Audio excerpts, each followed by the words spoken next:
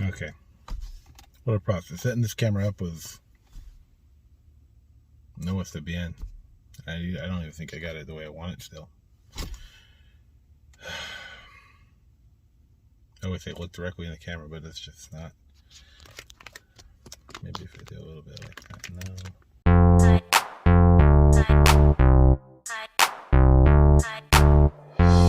Welcome to the Night Spider Collector. This is your boy, Mr. Night Spider.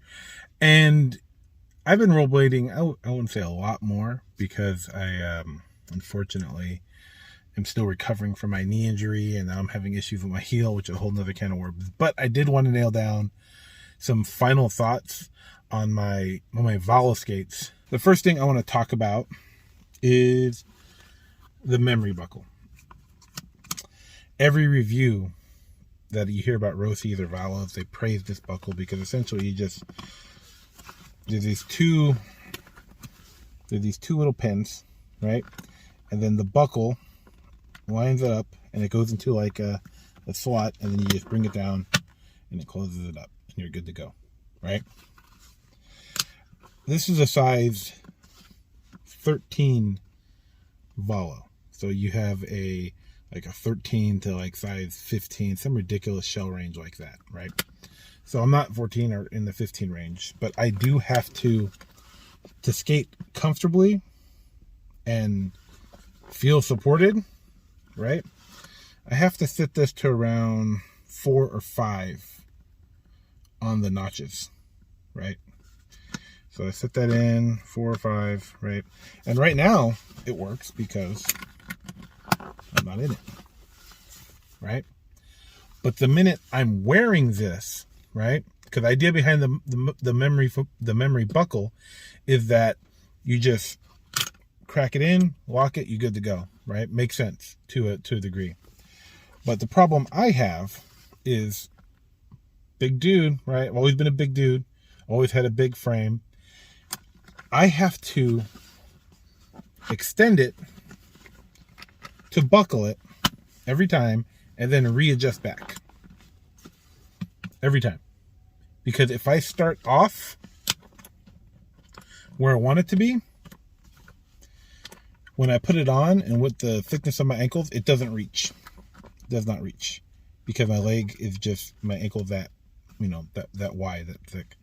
So then I ended up having to put it on a looser notch and then find a way standing or whatever to then readjust then. So the memory buckle, as good as people praise it for, it doesn't work great for everybody. And it's in my case, it's a pain in the butt, right? Great concept, pain in the buck. In the buck. Yeah, pain in the buck. I spent $140 on this. Second thing that kind of ties into the buckle. I believe this is considered a low cut type of boot, right? I have to buckle it so tight because I do not feel that this particular boot, as far as the cuff goes, supports my ankle as much as I'd like. It feels kind of really wobbly and like flip-floppy from my left to right motion. I think forward lean, back lean, that's fine, but the I guess in my opinion the support you would need to prevent breaking your ankle, the more important support, is just not there. So I have to put it on so tight.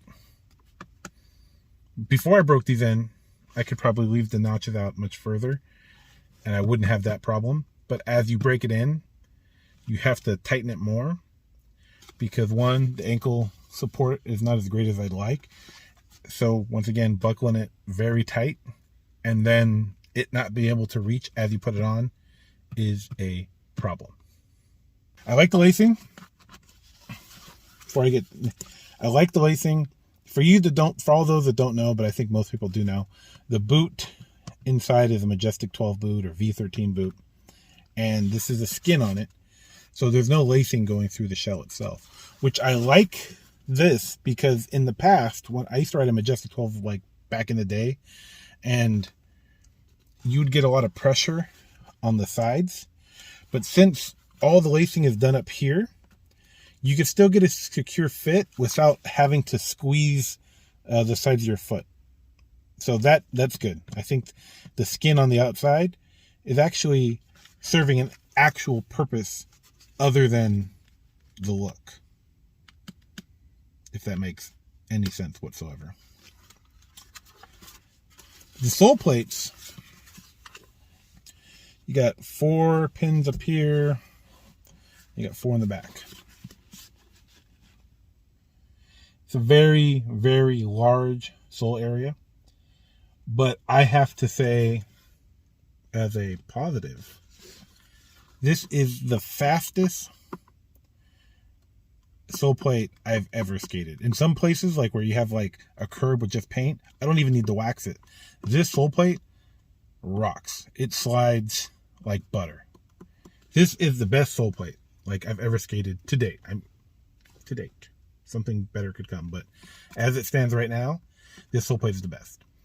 Makes it a little heavy, or a lot heavy. So you have a heavy skate with a floppy cuff. It sounds like that might be dangerous if you think about it. But the sole plate is very good. Very good sole plate. And the way the sole plate is, you have 8 screws. The sole plate mounts to the bottom of the boot, and then the UFS frame connects to the sole plate. It does not go through the boot, which is really good because I have some Razors Colts, and I just hate the feeling. And that's a very thin boot, so you have to have a thin liner. You can't go super padded on it because in my case, then it affects the comfort up top and starts squeezing. Yeah, I hate having UFS bolts under my heel, but the fact that it's in the sole frame is awesome. Now, I haven't had any problems with that or with the sole plates breaking so far, but I think that is a bonus, and it's really awesome that it does that. So I can't praise that enough. That's a great design. And I'm a heavy dude. I'm like 300 pounds, and I haven't had any issues with the sole plates breaking or with the frame. So awesome stuff. Now, originally, before coming out, I had a frame on order that's supposed to come in today. It's an older frame, but I'm not going to mention it now because there's a delay. It's going to come like next week.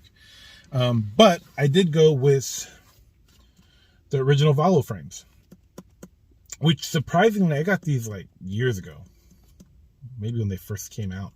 Surprisingly, the Valo frames, if you look here, you see that gap? They don't fit the Valo sole plate very well. See how there's gaps there? It doesn't, and the way the sole frame is, how it has a slot for any other frame, it barely fits. There's like pressure there. It's weird. It's like when they redesigned the sole plate, they didn't take into account their older frames, which is pretty interesting. And you can see the white. I don't know if you can see it on the lens. The white is like a different shade of white. So, but it has a good gap. I think that's, let's see, 3 finger? Not 4. Yeah, so 3 finger gap. That's 2. Yeah, so it's a 3 finger gap. I have different frames coming in, and I'll review those or talk about those and my thoughts when they actually get here. But it's a very interesting skate. There's a lot about it that feels fun and that I really like, but the whole cuff situation is bad. The lack of support is bad. The memory buckle would be great, but it kind of contradicts itself, especially if you have a bigger frame and you're a bigger dude. Does not work great. And all this material on here that goes over the boot, it's kind of in the way of a secure buckle. I think it actually prevents it from securing to its best. Like I've considered like maybe just cutting this whole material portion off the top and then sewing in Velcro on the inside and sewing in Velcro on the inside here, and then putting a Velcro pad on the outside. So this is just this portion, and then the cuff would be kind of free. But I don't know if I have time for that. And the material on here is kind of cheap too, because this one was originally like, there's another layer under here, and this whole inner layer of material just came out, and it kind of, when you pull it, it's just like super stretchy, like it's gonna break. But they skate good, considering the shell is kind of weird. My toes have a lot of room, and moving around, they skate good. It's just the ankle support that is concerning. Anywho, I'm just kind of rambling now, but I just wanted to lay down some thoughts on the Valos. And the reason I'm mentioning it, the reason I'm talking about Valo skates in 2021 is even though the company's dead and they're not making new products, there's a lot of skate shops that are heavily discounting these. Like right now, if you go to Roller Warehouse, they're like $100 for the boots. They have limited sizing, but if you wanted to give Valo a try or you wanted a affordable skate, this would be kind of the time to jump on, because you're essentially, like if you look at some of the pricing from Majestic 12s that are branded under Rossi's again, they're like $200, like $180, $160, $170 for the boot. You can get that. There's your M12, and you get like a unique look, you know, because it skates the same way as Majestic 12. The biggest difference you're looking at is the sole plate.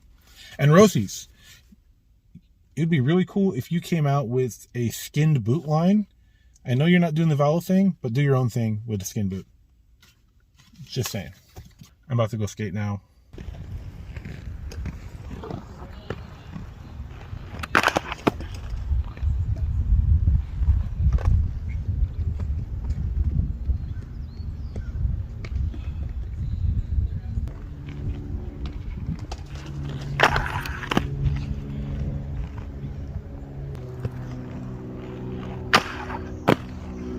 Look on the wax.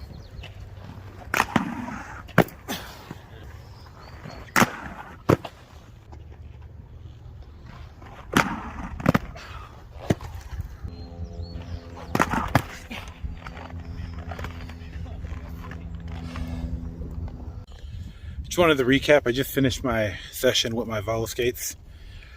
I do have another pair of skates coming in the mail for my birthday. Thank you, wifey.